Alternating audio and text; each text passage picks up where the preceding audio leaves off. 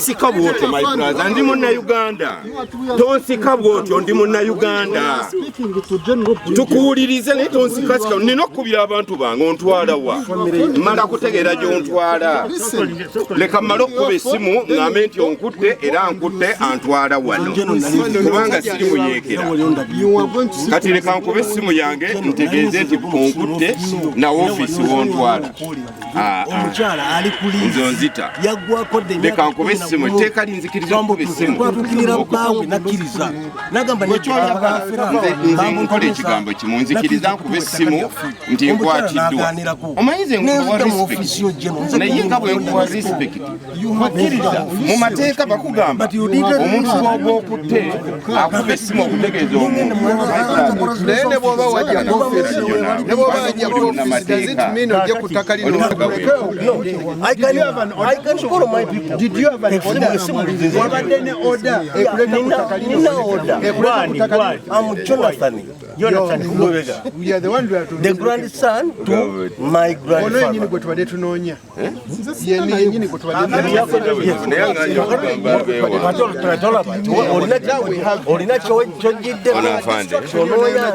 Of course.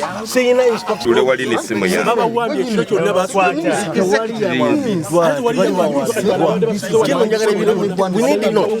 We need to do the justice. We need to do the justice. The proper channels of getting justice. Why didn't you go to court? Really? Where is the order? Where is the order that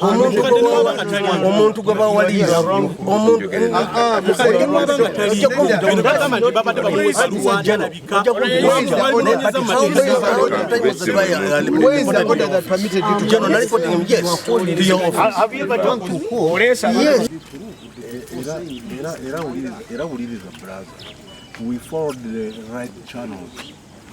President office yatukwasiza ettaka lino yesterday. Oli mama what shows that this is your land? That's what we want only. Kakati ne mama naye ajiye. So what shows that this is your land? It is our land because you are here. Office ya president.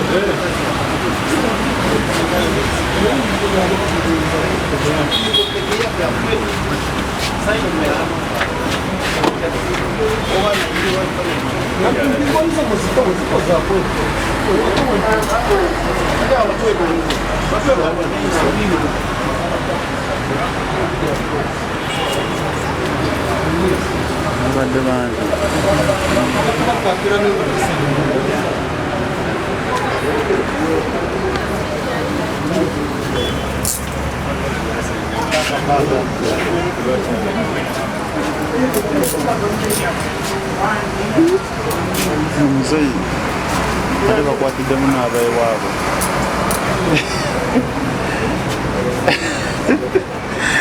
owan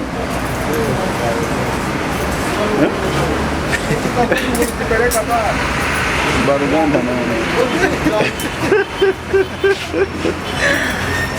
mugwira oba atali Munnayuganda cannot own a freehold or private mile. Tayinza kuba na private mile, mile y'obwannannyini oba ettaka ery'obwannannyini obw'obupange. You can only own a leasehold on someone's land. Osobola kubeerako nakweyazika ku ttaka ly'omuntu.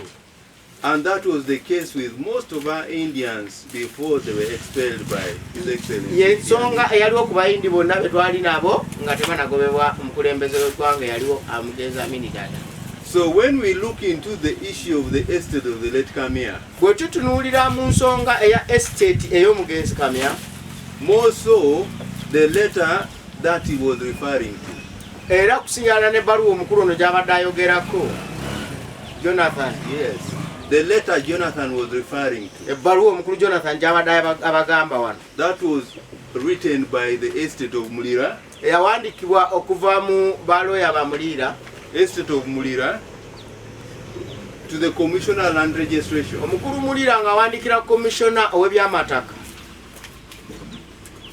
Over the lease that was owned by Wakisu Estate. Ku lease eyali etambuzibwa aba Wakisu Estates.